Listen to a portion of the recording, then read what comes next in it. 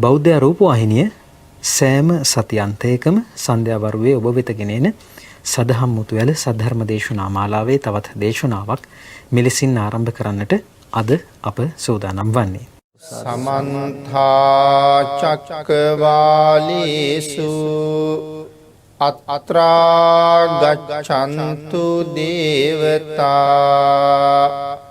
සද්ධම්මං මුනි රාජස්ස සුනන්තු සග්ග මොක්ඛදං ධම්ම ශ්‍රවණ කාලෝ අයං බදන්තා ධම්ම ශ්‍රවණ කාලෝ අයං බදන්තා ධම්ම ශ්‍රවණ කාලෝ අයං බදන්තා. නමෝ තස්ස භගවතු අරහතු සබ්බ ධම්මේසු අප්පටිහත ඥානචාරස්ස දස බලධරස්ස චතු වේසාරජ්‍ය විසරදස්ස සබ්බ සත්තුත්තමස්ස ධම්මිස්ස රස්ස ධම්ම රාජස්ස ධම්මස්සාමිස්ස තථාගතස්ස සබ්බඤුනෝ සම්මා සම්බුද්දස්ස. නමෝ තස්ස භගවතු අරහතු සබ්බ ධම්මේසු අප්පටිහත ඥානචාරස්ස දස බලධරස්ස චතු වේසාරජ්‍ය විසරදස්ස සබ්බ සත්තුත්තමස්ස ධම්මිස්ස රස්ස ධම්ම රාජස්ස ධම්මස්සාමිස්ස තථාගතස්ස සබ්බඤුනෝ සම්මා සම්බුද්දස්ස. නමෝ තස්ස භගවතු අරහතු සබ්බ ධම්මේසු අප්පටිහත ඥානචාරස්ස දස බලධරස්ස චතු වේසාරජ්‍ය විසරදස්ස සබ්බ සත්තුත්තමස්ස ධම්මිස්ස රස්ස ධම්ම රාජස්ස ධම්මස්සාමිස්ස තථාගතස්ස සබ්බඤුනෝ සම්මා සම්බුද්දස්ස.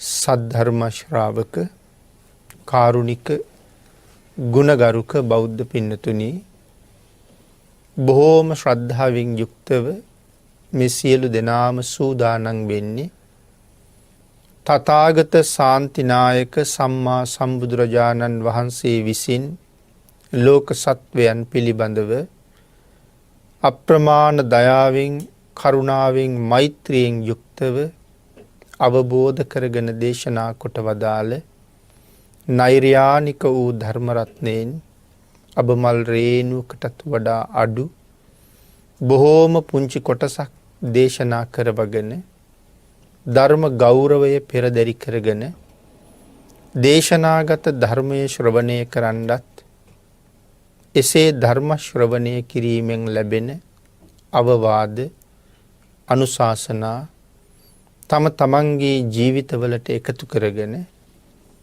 වඩාත් නිවැරදි මෙලව ජීවිතයක් සකස් කරගන්නවා වගේම සුගතිගාමී වූ පරලොව ආයිති භවයකින් සැනසීමේ උතුම් පරමාර්ථයත් ඇතුවයි මේ ධර්ම ශ්‍රවණය කරන්න සූදානම් වෙන්නේ.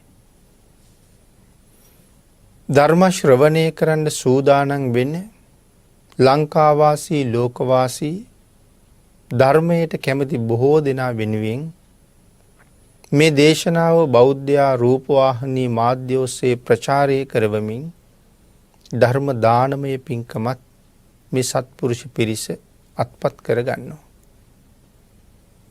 ධර්ම ශ්‍රවණයට සූදානම් වෙන ඒ සියලු දෙනාමත් දායකත්වයේ දරන අපේ පින්නතුන් හැම කෙනෙක්මත් බුදුරජාණන් වහන්සේගේ නියමයෙන් ධර්ම ශ්‍රවණය කළ යුත්තේ මහත් වූ බලාපොරොත්තුවක් පෙරදරි කරගෙන. අපි මේ බලාපොරොත්තුව මුදුන්පත් කර ගැනීම උදෙසාම සද්ධර්ම ශ්‍රවණය කරමු. ඒ බලාපොරොත්තුව තමයි මේ ධර්ම දේශනාව ශ්‍රවණය කරන අතරතුරදීම මාගේ පංච නීවරණ ධර්මයන් යටපත් වේවා. සප්ත බෝධ්‍යාංග ආදී ධර්මයන් වැඩි දියුණු වේවා. මේ දේශනාව අතරතුරදීම මට උතුම් මාර්ගයක් ඵලයක් අවබෝධ වේවා කියන සිතින් යුක්තවම අපි සද්ධර්ම ශ්‍රවණය කරමු. පින්නතනි, අපි මේ දවස්වල මේ ධර්ම දේශනා මාලාව තුළ සාකච්ඡා කරන්නේ නිවැරදිව මරණානුස්සති භාවනාව දියුණු කරගන්නේ කොහොමද කියන කාරණාව සම්බන්ධයෙන්. ඒ පිළිබඳව මේ වෙනකොට මේ මාතෘකාවෙන් ධර්ම දේශනා 18ක් සිදු කරලා තියෙනවා.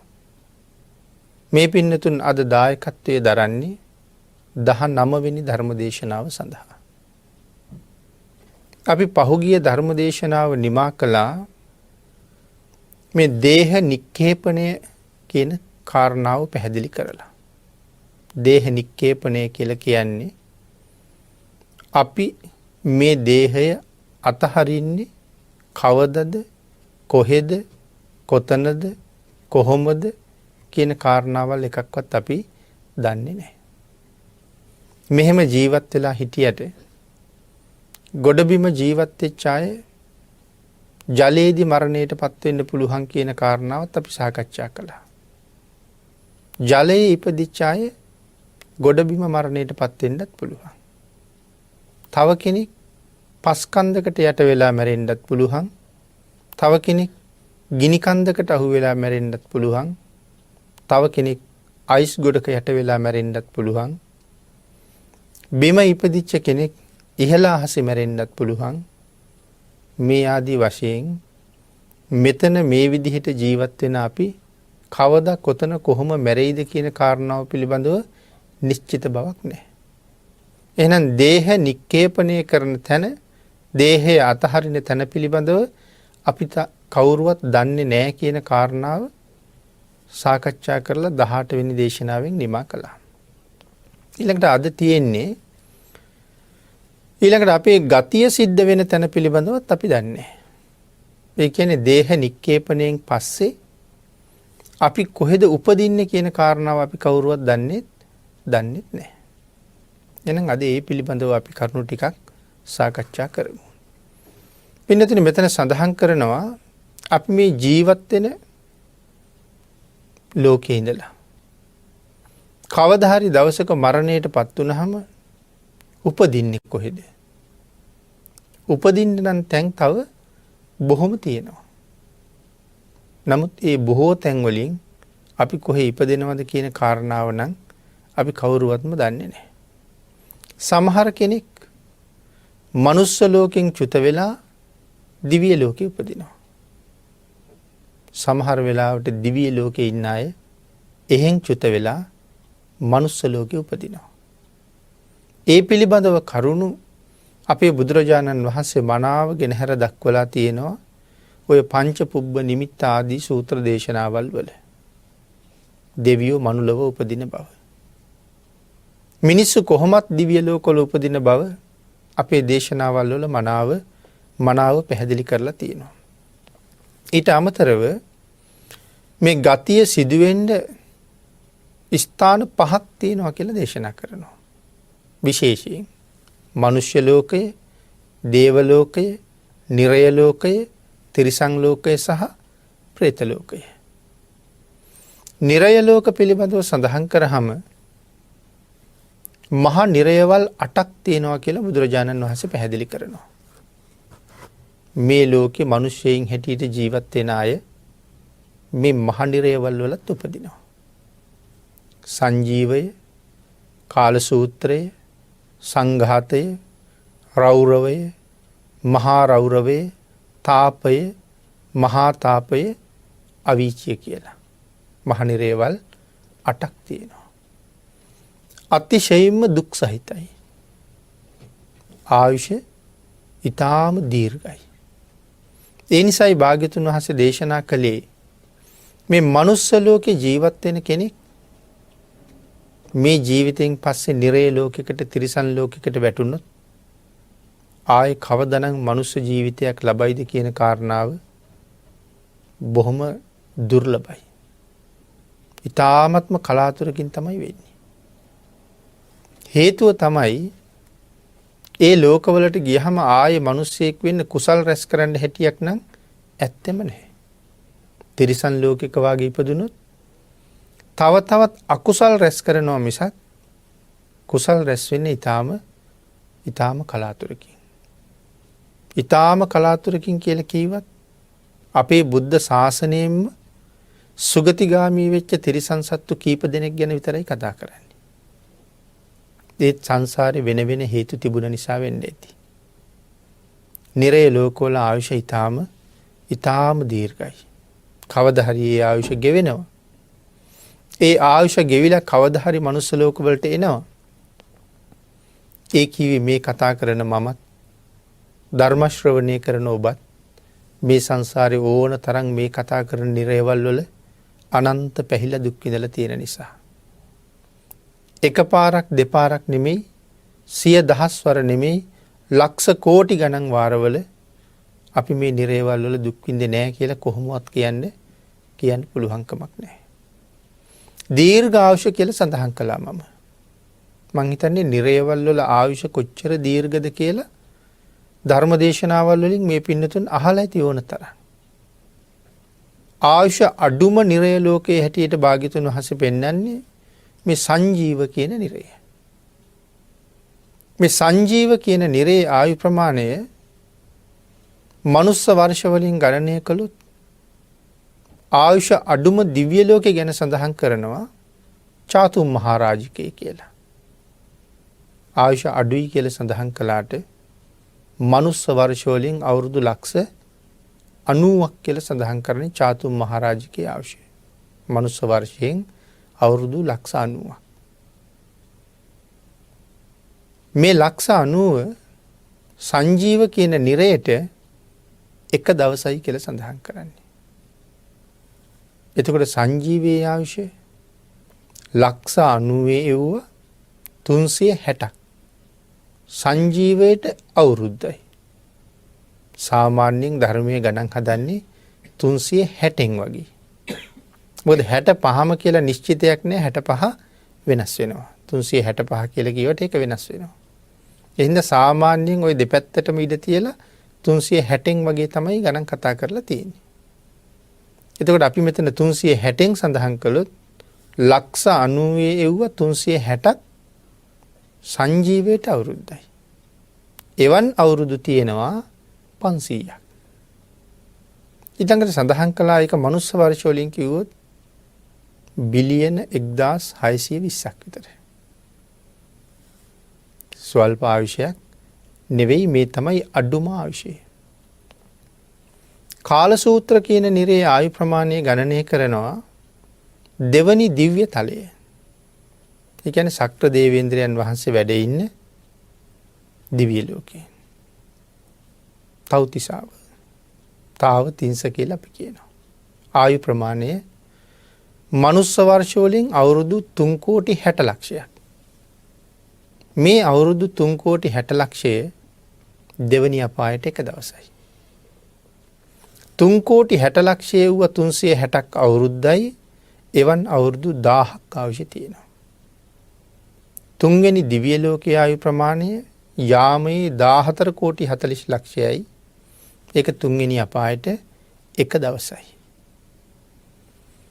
හතරවෙනි දිව්‍ය ලෝකයේ ආයු ප්‍රමාණය තුසිතය අවුරුදු 57 කෝටි 60 ලක්ෂයයි. මේක හතරවෙනි අපායට එක දවසයි. පස්වෙනි දිව්‍ය ලෝකයේ ආයු ප්‍රමාණය නිම්මාන රති මනුස්ස වර්ෂ 230 කෝටි 40 ලක්ෂයයි. ඒක 5 වෙනි අපායට එක දවසයි. 6 වෙනි දිව්‍ය ලෝකේ 921 කෝටි 60 ලක්ෂයයි. පරිනිම්මිත වසවර්ති. ඒක 6 වෙනි අපායට එක දවසයි. එතකොට 921 කෝටි 60 ලක්ෂය වුණා 360ක් අවුරුද්දයි. 7 වෙනි අපායක් තියෙනවා 7 වෙනි දිව්‍ය තලයක් නැහැ. ඒ නිසා 7 වෙනි අපායේ ආයුෂ සඳහන් කරන්නේ දල වශයෙන් අන්තර්කල්ප භාගයයි කියලා. 8 වෙනි අපාය තමයි අවීචිය කියලා කියන්නේ. මහා බරපතල අකුසල් කරපු අය උපදින තැන. අවීචිය. ආයු ප්‍රමාණය අන්තර්කල්ප 1යි මනුස්ස වර්ෂ වලින් කිව්වොත් 1.140 එව්වා 86,40,000. ඒ කියන්නේ අසංකේයයිනේ 1.140 කියන්නේ අසංකේයයි. අසංඛ්‍ය 86,40,000. එතකොට භාග්‍යතුන් වහන්සේ දේශනා කළේ මේ නිරයවල් වල වැටුනොත් ආයේ නැවත මනුෂ්‍යාත්ම භාවයක් ලබනවා කියන එක පරම දුර්ලභයි කියලා මේ ආයුෂය ගැන හිතනකොට ඒක අපිට හොඳටම තේරෙනවා. ඊට අමතරව ඔසුපත් නිරයන් තියෙනවා 128ක්. එතකොට මුළු අපායවල් ගාන 136යි. ඔසුපත් නිරයන් 128යි. මහ නිරයවල් 8යි 136යි. මේ ඔසුපත් නිරයන් තියෙන්නේ මහ නිරය වටේට පොඩි පොඩි අපායවල් හැටියට. හතර පැත්තේ හතර එකක් වටේට 16ක් තියෙනවා. 16 වරක් 8 128යි. මේ ගණන මෙහෙම සඳහන් කරලා තිබුණට තවත් ඔසුපත් නිරයන් තියෙනවා කියන එක ඔය මිත්ත වින්දකාදී ජාතක කතා වලින් පැහැදිලි වෙනවා. ඒ කියන්නේ අපි හිතාගෙන ඉන්නේ මේ නිරයවල් ඔක්කොම මහ පොළොවේ යට තියෙනවා කියලා. ඇතැම් ඔසුපත් නිරයවල් ගොඩබිමක් තියෙනවා කියන කාරණා සඳහන් වෙනවා. මහ මුහුදෙත් තියෙනවා කියලා සඳහන් කරනවා. ඉතින් මේ මිත්ත වින්දක කියන ජාතක කතාවෙන් කියනවා මහ මුහුදේ තියෙන ඔසුපත් නිරයන් පිළිබඳව. එක පුද්ගලයෙක් මහා බරපතල පාපයක් කරලා පිරිසක් එක්ක විදේශගත වෙන්න නැව් නගිනවා. මිත්ත වින්දක ජාතක කතාව හොයලා විස්තරේ කියවන එක හරි වටිනවා. මම මේ බොහොම කෙටියෙන් සිහිපත් කරන්නේ. මහ මුහුද මැදට ගියහම නැව නතර වෙනවා. යාන්ත්‍රික ඉංජිනේරුවෝ නැවේ දෝෂයක් තියෙනවද කියලා දන්න ප්‍රමාණයෙන් හොයලා බලහම නැවේ කිසිම දෝෂයක් ඒයට දකින්න නැහැ. නමුත් නැව ගමන් කරන්නේ නැහැ. අන්තිමටම මේ අය තීරණය කරනවා මේ නැවේ මහ පව්කාරයෙක් ඉන්නවා. ඔහු අයින් කළොත් නැව ඉදිරියට ආපහු ගමන් කරන්න පුළුවන්. ඒ වුණාට අහවලාය පව්කාරයා කියලා හොයන්න බෑ. ඒ නිසා මේ අය තීරණය කළා කුසපත් ඇදීමක් කරමු කියලා. දැන් තුන්ඩු ටිකක් ලියලා කුසපත් ඇදීම කරනවා. එක පුද්ගලයෙකුට මේ පව්කාරයා කියන කාරණාව තහවුරු වුණා. නමුත් ඉතින් අහම්බෙන් වෙච්ච දෙයක් හින්දා මේගොල්ලෝ නැවත වතාවක් ඒ වැඩේ කළා. දෙවනි වතාවෙත් ඒ පුද්ගලයාටමයි ඒක ආවේ. ඊට පස්සේ තීරණය කළා මේ පුද්ගලයා අයින් කරන්න ඕනේ. ඒ නිසා ඔහු නැවෙන් අයින් කළා. ඊට පස්සේ නැව ආපහු ගමන් කරන්න පටන් ගත්තා. දැන් මේ පුද්ගලයා සාගරයේ පීනගෙන යනකොට කුඩා බෝට්ටුවක දාලා අයින් කළා කියලා කියනවා. කෙසේ වෙතත් ඒ යනකොට මෙයාට හම්බ වෙනවා විමාන ප්‍රේතියෝ. එතකොට ඒගොල්ලෝ සාගරයේ තමයි ඉඳලා තියෙන්නේ. විමාන ප්‍රේතියෝ කියලා කියන්නේ රාත්‍රී කාලය සැප විඳිනවා දෙවිවරු වගේ. මුළු දහවල් කාලෙම දුක් විඳිනවා. රාත්‍රියේ සැප විඳිනවා දහවලට දුක් විඳිනවා. දැන් එතකොට මෙයා ගිහිල්ලා මේ විමාන ප්‍රේතියොත් එක්ක නතර වෙනවා. ඒගොල්ලෝ දුක් විඳින්න යනකොට මෙයා ඒගොල්ලෝ දාලා යනවා. මුලින් දෙන්නෙක් හම්බ වෙනවා, ඊළඟට 4 දෙනෙක් හම්බ වෙනවා, ඊළඟට 8 දෙනෙක් හම්බ වෙනවා, ඊළඟට 16 දෙනෙක් හම්බ වෙනවා. මේගොල්ලෝ දුක් විඳින්න යනකොට කියලා යන්නේ අපි එනකන් ඉන්න. අපි මේ දුක ඉවර කරලා එනවා කියලා. නමුත් මෙයා ඉන්නේ නැහැ. එහෙම යනකොට මෙයා දකිනවා බොහොම ලස්සනට මල් පිපිච්ච උද්‍යානයක් වගේ. එතන එක පුද්ගලයෙක් මෙයා දකිනවා නෙළුම් මල් මාලයක් කරේ දාගෙන වගේ ඉන්නවා. හරි ලස්සන මල් මාලයක්. මෙයාගේ බෙල්ල වටේම අඳුන් තවරලා වගේ රතුම රතු පාටයි. අර මාලේ දැක්ක ගමන් මෙයාට ලොකු ආසාවක් ඇති වෙනවා ඒ මාලේ පැලඳ ගන්න. අර පුද්ගලයාට කියනවා අනේ ඔය මාලේ මටත් ටිකක් දෙන්න කියලා. එයා කියනවා බෑ කියලා. ඉතින් මෙයා බල කර ඉල්ලනවා. ඊට පස්සේ මාලේ පැලඳගෙන ඉන්න පුද්ගලයා කල්පනා කරනවා මගේ පව ඉවර ඇති. මම වගේම පව් කරපු පුද්ගලයෙක් වෙන්න ඇති මේ ඇවිල්ලා ඉන්නේ. ඒ නිසා ඔහුට පව විපාක දෙන්නයි මේක ඉල්ලන්නේ. ඒ හින්දා එහෙනම් දාගන්න කියලා දෙනවා. අරයට මල් වගේ තමයි පේන්නේ. නමුත් මෙයා කරේ දාගෙන ඉන්නේ මල් මාලයක් නෙමෙයි. ඒක තනිකරම දෙලි පිහිය වගේ පිහිය වලින් හදාපු මාලයක්. බෙල්ල වටේටම අඳුන් ගාලා වගේ පේන්නේ නිරන්තරයෙන් කැපි අරයාගේ ලේ වැක්කිරෙනවා. නමුත් මෙයාගේ පව නිසා එයාට පේන්නේ එක මල් මාලයක් කියලා. එහෙනම් දාගන්න කියලා ගලවලා දානකොටම කන් නාසා ආදී මූණ කපාගෙන අරක බහිනවා බෙල්ලට. දැම්මට පස්සේ ගලවන්න බෑ. මේකට තමයි කියන්නේ උර චක්‍රමාලය කියලා. අපි ඔය වචනේ අහලා තියෙනවා. අපි උර චක්‍රමාලයක් කියලා කියන්නේ මහා කරදර ගොඩකට. සමහරට මහා කරදර ගොඩක් යම් පුද්ගලයෙකුගෙන් පැමිණෙන්න ගත්තාම අපි කියනවා මහා උර චක්‍රමාලයක් මං කරේ දාගත්තා වගේ කියන වචන අපි කියනවා. එතකොට මේ මාලෙට තමයි මේ උර චක්‍රමාලය කියලා කියන්නේ කියලා සඳහන් කරනවා.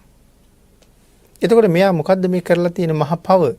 දැන් අර පුද්ගලයාත් හිතනවා මං වාගේම පවක් කරලා වෙන්දයි මොහු ඇවිල්ලා ඉන්නේ කියලා.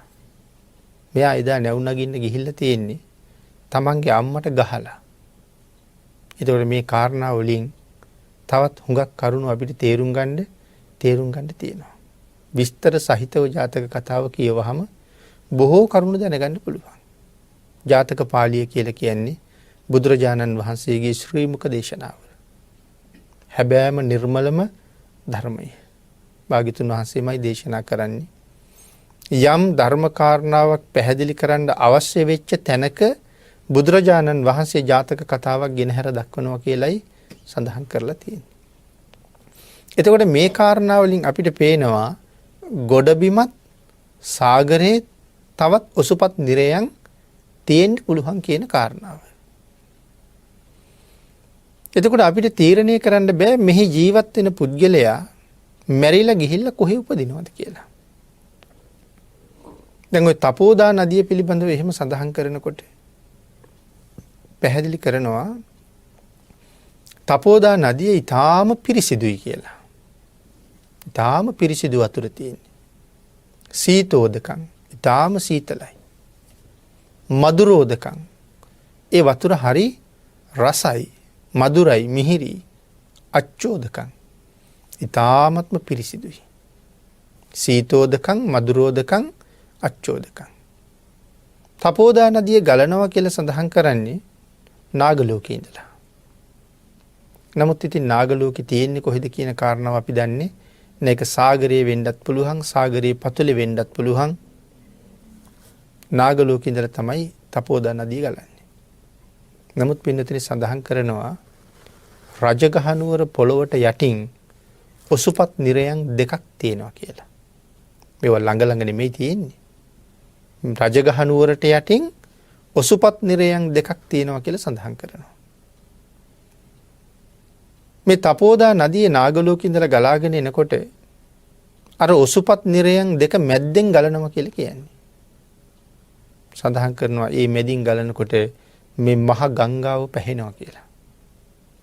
එතකොට නිරය හරහා ගලලා නෙමෙයි නිරය දෙකට අතරින් ගලනකොට මේ මහ ගංගාවේ ජල කඳ පැහෙනවා කියලායි සඳහන් කරන්නේ. එතකොට එහෙනම් ඔසුපත් නිරේක මොන තරම් ගිනි ජාලාවක් ඇද්ද? මහ නිරේ කොහොම ඇද්ද? නමුත් මේ කතා කරන මොහොතේ මේ නිරේවල් පිරීලා ඉතිරිලා තියෙනවා. අවීචය ගැන සඳහන් කරනකොට පැහැදිලි කරනවා අබෑටයක් දැම්මොත් කාලාන්තරයකට බිම වැටෙන්නේ නැහැ කියලා. හරියට අපි මොකක් හරි නලයක් අරගෙන ඒකට ඊයන් උණු කරලා වැක්කිරුවොත් අතුරු සිදුරු නැතුව ඒ ඊයන් ගමන් කරනවා වගේ මේ මහ නිරේවල් නිරිසත්තුන්ගෙන් පිරීලා කියලා සඳහන් කරන්නේ. ඒකයි මම සඳහන් කළේ අපි ඒ නිරය ලෝකවල ඕන තරම් පැහුණා. තවත් කුසල කර්මයක් හේතු වෙලා ඒ කර්ම ගෙවලා ආයසරයක් මේ වාගේ ජීවිතයක් ලබනවා. විශේෂයෙන් දිව්‍ය ලෝකයෙන් ඇවිල්ලා මනුලව උපදිනවා කියන කරුණු සඳහන් කරලා තියෙනවා.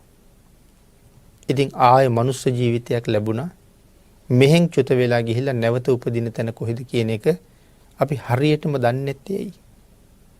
ඒක තේරුම් ගැනීමේ තරම් ප්‍රඥාවක් අපිට නැහැ. මේ ජීවිතේ බොහෝ කුසල් කරලා තියෙනවා වෙන්න පුළුවන්. නමුත් අපි දන්නේ මරණාසන්න වෙලාවේ අපිට පහළ වෙන සිත කොහොම වෙයිද කියලා. මේ ජීවිතේ පින් කළාට පෙර සංසාරේ ආත්මික කරපු කර්මයක් මෙතෙන්ට හේතු වෙන්න පුළුවන් මේ අවසාන තැනට. එහෙම වුණොත් පින පසක තියලා සමහර වෙලාවට මට අර කර්මයට විපාක විඳින්න යන්න සිද්ධ වෙනවා. එතකොට සංසාරේ රැස් කරපු කර්මත් හරිම භයානකයි කියන කාරණාවයි සඳහන් කරන්න ඕනේ. ඒ නිසායි බුදුරජාණන් වහන්සේ නිරන්තරයෙන්ම අපිට පැහැදිලි කරන්නේ උපන්නා වූ සත්වයා විසින් බොහෝසේ කළ යුත්තේ කුසල්මයි. ඒවං ජාතේන මච්චේන කත්තබ්බං කුසලම් බහු. එතකොට අපි මේ වාගේ ජීවිතයක් ලැබුවේ සසර බොහෝ පින් කරපු නිසා. පින්නතුනේ අපි පින් කරලා තියෙන බව අපි මේ වාගේ බණ අහනකොට අහලා තියෙනවා. ඒ වුණාට අපි පෞද්ගලිකව කල්පනා කරලා හිතලා නැහැ අපි කොයිතරම් පින්වන්තද කියලා. මේ වාගේ රටක ඉපදෙන්න වෙනම විශේෂ කර්ම කරලා තියෙනවා අපි. අකුසල කර්ම නෙමෙයි හැබැවින්ම කුසල කර්ම. සමහර රටවල් ගැන කල්පනා කරන්නකෝ. සමහර රටක තියෙන උණුසුම හින්දා මිනිස්සු මැරෙනවා. අපි සමහර කාලවල අහනවා උණුසුමට මැරිලා. තව සමහර කාලවල අහනවා සීතල නිසා මැරිලා. අපි ජීවත් වෙන මේ ලෝකෙම තව සමහර රටවල් තියෙනවා උදේ පාන්දර නැගිටලා දවල් 10 විතර වෙනකන් වැඩ කරනවා. ඊට පස්සේ ආයේ හවස 3:00 විතර වෙනකන් 3:00 විතර වෙනකන් එළියට බහින්නේ. ආයේ හවස වැඩ කරන්නේ එතනින් පස්සේ. මොකද අර 10 ඉඳලා 3:00 විතර වෙනකන් කාලය තුල එළියට බහැලා වැඩ කරන්න බැරි රටවල් තියෙනවා ඒ තරම්ම උණුසුමයි. එළියට බැස්සොත් ඇඟ පැහෙනවා. ලේ වමනේ දාලා මැරෙනවා. එතකොට එහෙම රටක ඉපදුනා නම් මීට වඩා බොහොම දුක් සහිතයිනේ. සමහර රටවල් වල මේ කාලේ මිනිස්සු ගමන් කරන පාරවල් වායු සමීකරණය කරනවා. පාරවල් වායු සමීකරණය කරනවා.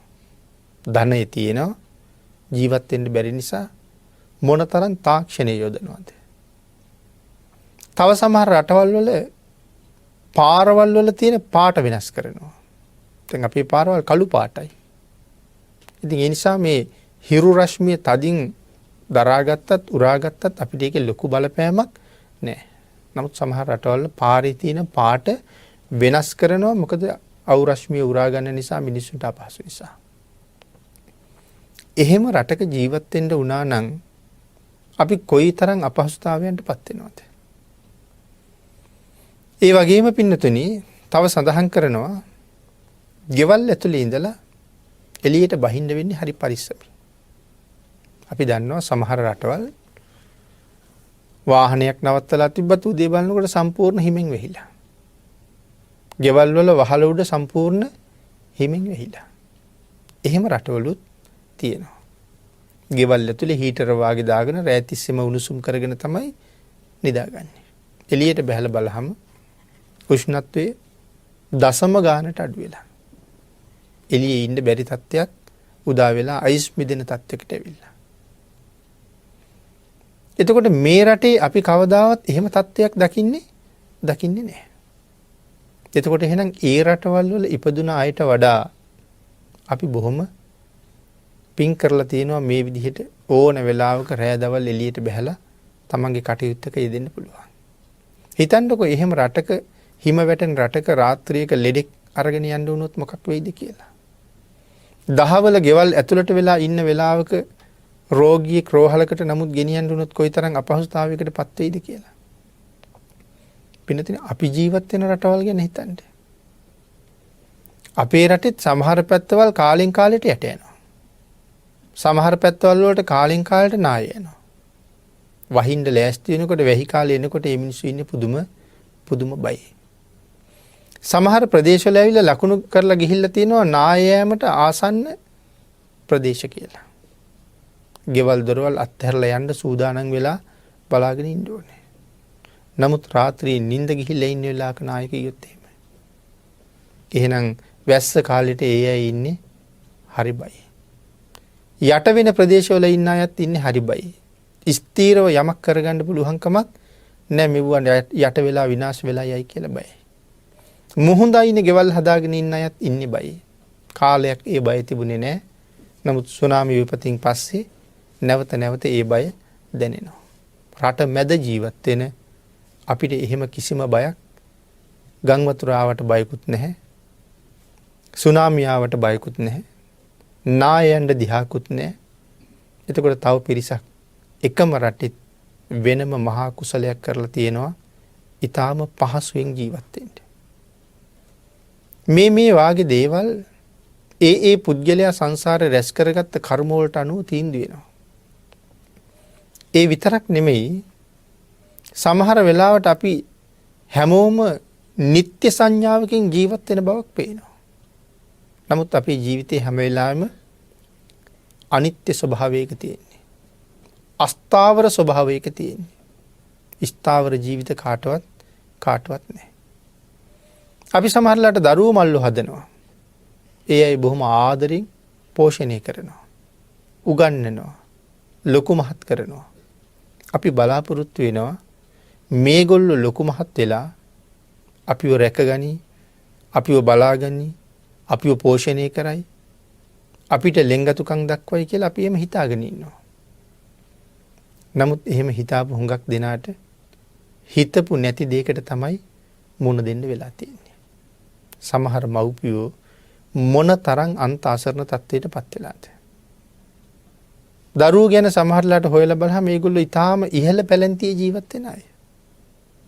නමුත් අම්මා තාත්තා සමහරලාට හිඟමන් යදිනවා.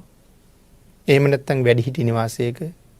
නමුත් මේ දරුවෝ හදන කාලේ මේ අයට උගන්වන කාලේ මේ මව්පියෝ හිතන්නේ ඇද්ද මේ අය දවසක අපිට මෙහෙම කරයි කියලා? කවදාවත් එහෙම හිතුවේ නෑ. නිත්‍ය සංඥාවක් තමයි තිබුණේ. මැරෙනවා කියන කාරණාවත් ඒ අයට සමහර වෙලාවට අමතක වෙලා තිබුණා. ඒ නිසා බුදුරජාණන් වහන්සේ දේශනා කළා හැම වෙලාවෙම බොහෝසේ කුසල් රැස් කරන්න ඕනේ. හැම වෙලාවෙම කුසල් රැස් කරන්න කියලා කීවේ අපේ ජීවිතේ කවදා කොතන නැති වෙයිද දන්නේ නැති නිසා. පස්සේ අහවල් කාලේ අහවල් වෙලාවක කුසල් රැස් කරනවා කියලා තීරණය කරන්න පුළුවන් කමක් නැහැ. අද මෙහෙම ජීවත් වුණාට හෙට දවසේ මොන වාගේ ලෙඩකට ගොදුරු වෙන්න බැරිද? අත් දෙකම වකුටු වෙන්න පුළුවන් ජීවිතේ කවදාවත් ආයි කෙලින් කරන්න බැරි වෙන්න. පාද දෙක රෝගී තත්වයට ලක් වෙන්න පුළුවන් අය කවදාවත් සුව කරන්න බැරි වෙන්න. හදිසියේ ඇස් දෙක නොපෙනී යන්න පුළුවන්. හදිසියේ කන් දෙක නැසී යන්න පුළුවන්. එහෙමනම් අහවල් කාලෙට පින් කරන්නම් කියලා හිටියට මේ ඉන්ද්‍රියන් හදිසියේ දුර්වල තත්වයට පත් වුණොත් ආයි අපිට පින් කරන්න පුළුවන් කමක් වෙන්නේ නැහැ. ඒ නිසා අවශ්‍ය කුසල් කර්මයන් හැම වෙලාවෙම සම්පාදනය කරගන්න ප්‍රඥාවන්ත වෙන්න ඕනේ. ජීවිතේ මොහොතින් මොහොත අපිට අහිමි වෙනවා. ගත වෙන මොහොතක් පාසාම ජීවිතය අහිමි වෙනවා. අහිමි වෙන ජීවිතයක් එක්ක අපි හැම මොහොතකම කල්පනා කරන්නේ මට යමක් හිමි කරගන්නමයි. ජීවිතය අහිමි වෙනකොට යමක් හිමි කරගන්න අපි උත්සාහ කරනවා. හිමි වුණාට කමක් නැහැ. අපිට යනකොට අරන් යන්න පුළුවන් දේවල්. මේකෙන් කියන්නේ අනික් වැඩ මොකවත් කරන්න එපා කියන එකද? ඒ කාරණාව නෙමෙයි ප්‍රඥාවෙන් යුක්තව ජීවිතය දිහා බලන්න ඕනේ කියන එක. අහිමි වෙන ලෝකේ බොහෝ දේවල් හිමි කරගන්න, ලෞකික දේවල් හිමි කරගන්න උත්සාහ කරාම මම විසින් මට යමක් හිමි කරගන්න නැති වෙනවා. අර හිමි කරගත්ත දේවල් ඔක්කොම මෙහෙ දාලා මට හිස් අතින් යන්න සිද්ධ වෙනවා. ආන් ඒ නිසා හැම වෙලාවෙම මමත් පෞද්ගලිකව පොහොසත් වෙන්න ඕනේ. යන ගමන හිස් නැතුව යන්න. පෙර භවයන් ගණනාවක බොහෝ කුසල් රැස් කරපු නිසා ඔබ හිස් නැතුව මේ ජීවිතයට ඇවිල්ලා තියෙනවා. මේ ජීවිතේ හිස් නැතුව ආව කියලා කියන්නේ සමහර අය මනුස්ස ලෝකෙට එනකොට එක්ක අතක් නැහැ, නැත්තම් පාදයක් නැහැ, එක්ක අතපය දුර්වලයි, ඇස් නැහැ, කන් ඇහෙන්නේ, කතා කරන්න බෑ, නැගිට ගන්න බෑ, හොඳ මානසිකත්වයක් නැහැ, බොහෝ අඩුපාඩු සහිතව ඉපදිලා තියෙනවා. නමුත් එහෙම අඩුපාඩුවක් නැතුව මේ කය නිරෝගීව අරගෙන ඇවිල්ලා තියෙනවා. ඒ කියන්නේ පෙර භවයක බොහෝසේ කුසල් හම්බ කරගත්ත නිසා. අනුන්ගෙන් ඉල්ලගෙන කන ජීවිතයක් නැතුව Tamanට පෞද්ගලිකව හොඳ ජීවිතයක් තියෙනවා. ආහාර පාන අඩුවක් නැහැ. ගෙවල් දොරවල් අඩුවක් නැහැ. වස්ත්‍රාභරණ වල අඩුවක් නැහැ. එහෙම ලැබුණේ පෙර හොඳට දන් දීලා තියෙන හින්දා. හොඳට සිල් රැකලා, හොඳට දන් දීලා, මනුස්ස ජීවිතයකුත් ලැබිලා, ඒ ජීවිතේ පවත්වන්න අවශ්‍ය අනික් දේවලුත් සම්පාදනය වෙලා තියෙනවා අපි දානය දුන්න ප්‍රමාණයට. එහෙනම් පෙර හොඳට හම්බ කරගෙන ඒ හම්බ කරගත්ත අසීමාන්තික කුසල් වියදම් කරලා තමයි මේ ජීවිතේ ලැබලා තියෙන්නේ. මේටත් වඩා ඉහළ ජීවිතයක් ඉදිරියට ලබන්න බලාපොරොත්තු වෙනවා නම් මේක අපේ අන්තිම උපත නෙමෙයිනේ. ඒ හින්දා ඉදිරියට ලබන්න බලාපොරොත්තු වෙනවා නම් මෙහෙදි නැවත කැමති විදියට හම්බ කරන්න ඕනේ. ඊළඟ ජීවිතේ කොහොමද මට වෙන්න ඕනේ? මේ ජීවිතේ මොනවද මට අඩුපාඩු? ඊළඟ භවයක ඒ අඩුපාඩුවත් මට නොවෙන්න නම් ඒක සැලසුම් කරන්න ඕනේ මෙහි ඉඳලා. කෙටියෙන් කිව්වොත් සංසාරේ උපදින ආත්ම කෝටි ගාණක් සැලසුම් කරන්න ඔබට හම්බ වෙච්ච හොඳම අවස්ථාව තමයි මේ තියෙන්නේ. හැබැයි එතනදී ඒ ජීවිතේ මනාව සැලසුම් කළේ නැත්නම් අනාගත ජීවිත කෝටි ගාණක් අසීමාන්තිකව දුක් විඳින්න සිද්ධ වෙනවා. ඒ නිසා බුදුරජාණන් වහන්සේ මනාව පෙන්වලා දුන්නා මේ ජීවිතේ කවද කොතන අත්හරින්න වෙයිද දන්නෙත් නැහැ. අත්හැරියාම ගිහිල්ලා කොහේ ඉපදෙයිද දන්නෙත් නැහැ. ඉපදින තැනක් සුවදායක තැනක් බවට පත් කරගන්න වහවහ කුසල් රැස් කරගන්න කියලා. අපිට කියන්න බෑ අපි කවුද කොහෙද උපදින්නේ කියලා. සමහර වෙලාවට පින්නතුනි හිතන්නකෝ අපි එකම පවුලේ අය නිදාගෙන ඉන්නකොට පස්කන්දක් කඩා වැටලා සම්පූර්ණ ගේම යට වෙනවා. අපි ඔක්කොම මැරෙනවා. එකම ගෙදර ජීවත් වෙච්ච අය එකටම මැරිලා ගිහිල්ලා එකම තැනක උපදීද? ඒ අය උපදින්නේ තැන් තැන් වල. සමහර කෙනෙක් නිරේක උපදී. සමහර කෙනෙක් තිරිසන් ලෝකෙක උපදී. තව සමහර කෙනෙක් මනුස්ස ලෝකෙකත් උපදී. කෙනෙක් දිව්‍ය ලෝකෙක උපදින්නත් පුළුවන්. පින්නතුනි තව කෙනෙක් අපි ඉන්නවට වඩා හුඟක් ඈත සක්වල කෙරවලක උපදින්නත් පුළුවන්. තව කෙනෙක් මඩවලක උපදින්නත් පුළුවන්. තව කෙනෙක් සාගරයේ උපදින්නත් පුළුවන්. තව කෙනෙක් වැසිකිලි වලේ උපදින්නත් පුළුවන්. අපි ඔක්කොම කට්ටිය එකම ගෙදර එකම පවුලේ අය. නමුත් මැරිලා ඉපදිලා තියෙන්නේ හිතා ගන්නවත් බැරි තැනක. සමහර කෙනෙක් මැරුණාම අපි පින්කම් කරනවා, පින් අනුමෝදන් කරනවා. ලැබෙන්න තියෙන ප්‍රවණතාවය ඊටමත් අඩුයි. පින් ලබන්න පුළුවන් තැනක හිටියොත් හොඳයි. සමහරලාට අපි පින් දෙන අපේ ඥාතියා මෙයින් සක්වලවල් 100 ගාණක් ඈත ඉපදිලා ඉන්න වෙන්නත් පුළුවන්. නමුත් පින් ලැබෙන්නත් පුළුවන්. නමුත් ලබන්න පුළුවන් තැනක හිටියොත් තමයි පින් ලැබෙන්නේ.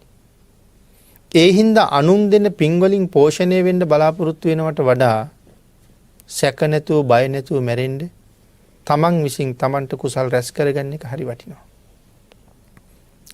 හරියට අපි එකට ඉපදිලා ඉන්නවා කියලා කියන්නේ හතරමං හන්දියක මුණ ගැහිමක් වගේ. හතර පැත්තෙන්ම එන අය හතරමං හන්දියේදී මුණ ගැහෙනවා. මුණ ගැහුණට ඒ අය ආයසරයක් යන්නේ වෙන වෙන පැති වලට. හතර පැත්තෙන්ම ඇවිල්ලා මුණ ගැහිලා වෙන වෙන පැති වලට යනවා.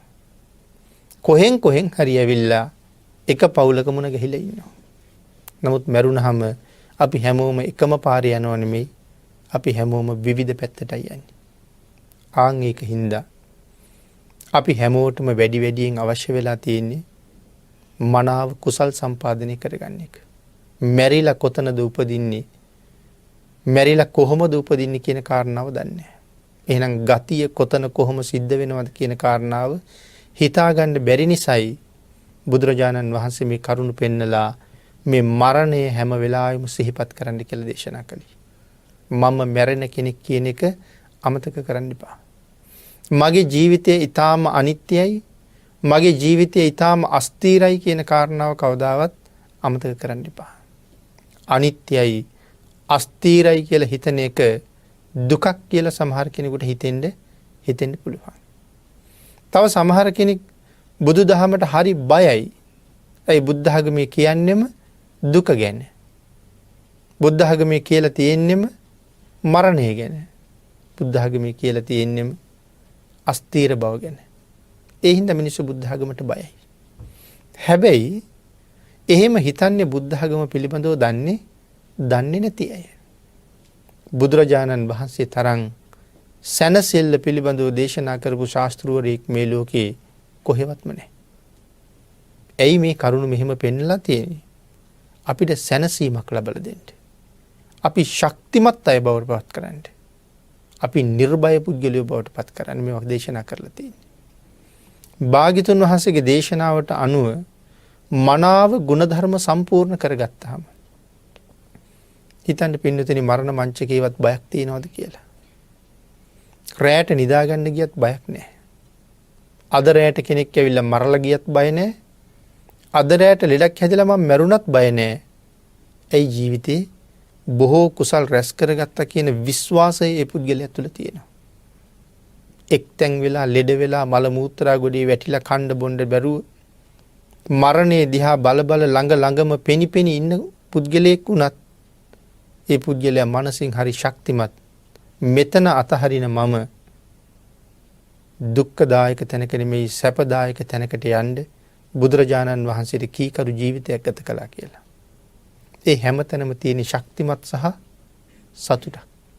ආන්ගේ අපිව ශක්තිමත් කරන්නත් ප්‍රීතිමත් කරන්නත් භාග්‍යතුන් වහන්සේ නිතර මරණය මෙනෙහි කරන්න අපිට දේශනා කරලා තියෙන්නේ. ජීවිතේ දුක දකින්න නෙමෙයි. ශක්තිමත් වෙන්න. ඒකටයි අනිත්‍ය පෙන්වන්නේ. ආන් එහෙම කරුණු කල්පනා කරලා මම මැරෙන කෙනෙක් කියන කාරණාව නිතර මෙනෙහි කරන්න ඕනේ. මැරිලා ඉපදෙන තැන දන්නේ නැති වුණාට බුදුරජාණන් වහන්සේ දේශනා කරපු මාර්ගයේ ගමන් කරන්න පුළුවන් වුණොත් අපිට මැරිලා ඉපදෙන තැන අනුමාන කරන්න බැරි වෙන හේකුත් නැහැ. යමෙකුට පුළුවන් වුණොත් හරියටම බුදුන් සරණ යන්න දුගතියක යන්නේ නැහැ කියන කාරණාවම දේශනා කරලා තියෙනවා. හරියට තිසරණයවත් අපිට තිබුණා නම් ඒක ශක්තිමත් කරගන්න මනාව පන්සිල් මත පිහිටලා ජීවත් වුණා නම් කවදා කොතන මැරුණත් අපි බය නැහැ කියන තැනට අපිට තීරණයකට යන්න පුළුවන්. ආන් ඒකටයි මරණානුස්සතිය වටින්නේ. අපිට ධර්ම දේශනාවට තියෙන කාලේ නිමා වෙලා නිසා අපි අදට ධර්ම දේශනාව මෙතනින් නිමා කරමු. මරණ සතිය විස්තර කරන 20 වෙනි ධර්ම දේශනාවේ ඊතුරු කාරණා ටික සාකච්ඡා කරන්න ඉඩ තියාගෙන. මේ උතුම් ධර්ම දේශනාවේ අද දායකත්වයේ දරුණු ලබන්නේ හෝකන්දර උතුර රත්නාරාම පාරේ පදිංචි චන්ද්‍රප්‍රේම මෑණියන් ඇතුළු පවුලේ සියලු දෙනා විසින් උතුම් අරමුණු කීපයක් සිහිපත් කරනවා. නිදන ප්‍රාප්තියට පත්වන සයිමන් පෙරේරා පියතුමාට, රන්සොහාමි මෑණියන්ට, KGC පෙරේරා පියතුමාට, වාරිස් පෙරේරා සහෝදරයාට, ග්‍රේස් නෝනා, ලිසි නෝනා, මිසි නෝනා, බේබි නෝනා සහෝදරියන්ට, PR චන්ද්‍රපේම ස්වාමි පුරුෂයාට, නුවන් දේශප්‍රිය මහත්මාට, සුමනපාල මහත්මා ඇතුළු සංසාරගත මියගිය සියලුම ඥාතීන්ට මේ පින් අනුමෝදන් වේවා කියලා පුණ්‍ය අනුමෝදනා කරනවා. දරු මුණුබුරන් ඇතුළු පවුලේ සියලු දෙනාට සහ සහභාගී වූ සියලු දෙනාට රත්නත්‍රයේ ආශිර්වාදය ලැබේවා. ජනවාරි මාස 10 වන දින උපන් දිනේ සමරන චන්ද්‍රපේම මෑණියන්ට තුනුරුවන්ගේ ආශිර්වාදය ප්‍රාර්ථනා කිරීමත්, සියලු දෙනාටම මෙම ධර්ම දානමය කුසල කර්මයේ නිර්වාණ අවබෝධය සඳහා පාරමිතාවක් වේවා කියලා ප්‍රාර්ථනා කරනවා. සම්බෝධි මහ විහාරාධිපතිව වැඩවිසූ බෞද්ධ මාධ්‍ය නිර්මාතෘවර බෝධිසත්ව ගුණෝපේත සම්බුද්ධ ශාසන විශ්ව කීර්ති සද්ධර්ම විභූෂණ පරම පූජනීය දරණාගම කුසල ධම්ම නායක මාහිමිපාණන් වහන්සේට මේ පින් අනුමෝදන් වේවා. අපවත් වී වදාළ සියලුම මහා සංඝරත්නයටත්, රට ජාතිය වෙනුවෙන් ජීවිත පරිත්‍යාග කරපු සියලුම රණවිරුවන්ටත් මේ රැස් කරගත් සියලුම පුණ්‍ය ධර්මයන් අඩු නැතුව අනුමෝදන් වේවා කියලා විශේෂ පුණ්‍ය අනුමෝදනාව සිහිපත් කරනවා. දායක පිරිස විසින් පින් අනුමෝදන් කළ සියලු දෙනාටම පින් අනුමෝදන් වේවා. ආශිර්වාද කළ සියලු දෙනාටම රත්නත්‍රයේ ආශිර්වාදයෙන් නිදුක් නිරෝගී භාවයේ චිරජීවනයේ උදා වේවා කියලා ප්‍රාර්ථනා කරමින් සියලු දෙනාටම ඊ타ම ඉක්මන් භවයක ඊ타මත්ම කෙටි කාලයකින් සැප සහිත ප්‍රතිපදාවෙන් ප්‍රාර්ථනීය බෝධියෙන් උතුම් අමා මහ නිවනින් සැනසීමම ලැබේවා කියලා ප්‍රාර්ථනා කරමු. ආකාසට්ඨා ච බුම්මට්ඨා දේවා නාග මහිද්దికා පුඤ්ඤන්තං අනුමෝදිත්වා චිරං රක්ඛන්තු ලෝක සාසනං දේවෝ වස්සතු කාලේන සස්ය සම්පත්ති හෝතු ච පීතෝ භවතු ලෝකෝ ච රාජා භවතු ධම්මිකෝ.